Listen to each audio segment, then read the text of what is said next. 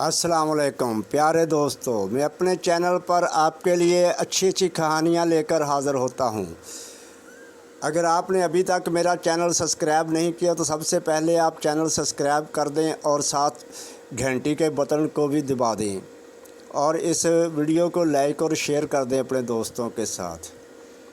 बहुत पहले जब हर जगह बादशाह ही हुकूमत किया करते थे, एक मर्तबा एक बादशाह अपने एक मुलाजम सरदार से नाराज़ हो गया और उसे दरबार से निकाल दिया और हुक्म दिया गया, तुम दिन रात अपने घर में पड़े रहो, ना कहीं बाहर जा सकते हो और ना ही कहीं काम कर सकते हो। ये बज़ाहिर मामूली हुक्म था, क्योंकि दिन रात घर में पड़े रहना, कुछ काम काज ना करना, फारग वक्त गुजारना बहुत मुश्किल होता है। वैसे भी एक आदमी एक ही जगह और एक किस्म के लोगों में रहते रहते घबरा जाता है और तो और बहुत वहशत होती है, वक्त काटना दुब्बर हो जाता है। चुनांचे इसके साथ भी ऐसा ही हुआ। वो सारा दिन पड़ा रहता, कोई काम नहीं कर सकता था। सरदार बहुत परेशान था, क्योंकि इसके बच्चों के पेट भरने का सवाल था।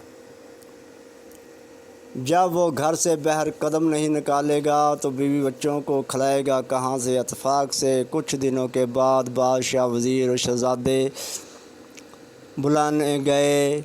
सरदार को एक तरकीब सूझी तो इसकी आंखें चमक उठी। उसने अपनी बीवी को पड़ोस में एक कीमती जोड़ा लाने के लिए भेजा। वो पड़ोस से कीमती जोड़ा ले आई। सरदार ने मांगे का कीमती जोड़ा जल्दी से ज़ेब तन किया और घर से निकल पड़ा और शान से चलता हुआ शाही दरबार जा पहुंचा। दरबारी समझे कोई मुअज़्ज़ज़ मेहमान आया है। उसे ले जाकर बड़े अदब से दूसरे बड़े लोगों के साथ कुर्सी पर बैठा दिया गया। सरदार गर्दन अकड़ाकर कुर्सी पर बैठ गया। दरबार शुरू हुआ। जश्न की तमाम रस्में अदा की गईं। इसके बाद दस्तरख्वान पर आला किस्म के खाने रखे गए। सरदार ने भी हाथ बढ़ाकर खूब डटकर खाना खाया। फिर नज़र बचाकर बड़ी चालाकी से सोने की एक रकाबी अपने लिबास में छिपा ली और दरबार ख़त्म होते ही वहाँ से 9-2-11 हो गया। घर आकर बड़े मज़े से सारा वाक़या बीवी को सुनाया। इसके बाद इसकी बीवी बाज़ार जाती, सोने की रकाबी का एक टुकड़ा काट कर फ़रोख्त करके कुछ रकम ले आती। यूँ सरदार की ज़िंदगी आराम से गुज़रने लगी। परेशानी दूर हो गई। इधर दरबार के मुलाज़मों ने देखा सोने की एक रकाबी कम निकली है तो बेचारे बहुत घबराए। रकाबी ढूंढने के लिए इधर उधर दौड़े। बादशाह ने इनकी हालत देखकर कहा, तुम सब क्यों परेशान हो? मुझे मालूम है सोने की रकाबी गायब हो गई है, अब वो तुम्हें नहीं मिलेगी। मुझे ये भी मालूम है वो रकाबी किसने चुराई है। अगले साल फिर जश्न हुआ। दरबार मेहमानों से भर गया। जश्न के इख्तिताम पर मेहमानों को खाना दिया गया। सरदार इस मौके पर भी मौजूद था। खाना खाने के बाद फिर उसने नज़र बचा कर इत्मीनान से सोने की एक और रकाबी अपने लिबास में छुपा ली।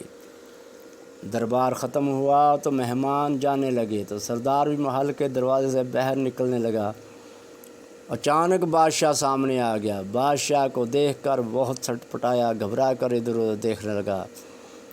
बादशाह ने हाथ बढ़ाकर उसका हाथ पकड़ा और कहा, पिछले साल की रकाबी ख़त्म हो गई, जो फिर एक और रकाबी ले जाना चाहते हो? ये सुनते ही सरदार के होश उड़ गए और खौफ के मारे कांपने लगा। आखिर बादशाह के कदमों गिर पड़ा और कहने लगा, हुजूर के हुक्म की तामील में मुझे मेरे घर में बंद कर दिया गया था।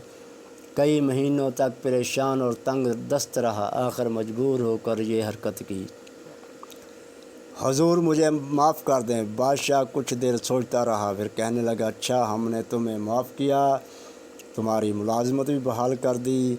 गलती हमारी थी, हमने हुक्म ही ऐसा दिया था। आदमी भूख और तंग दस्ती से मजबूर होकर चोरी करने पर आमादा हो जाता है।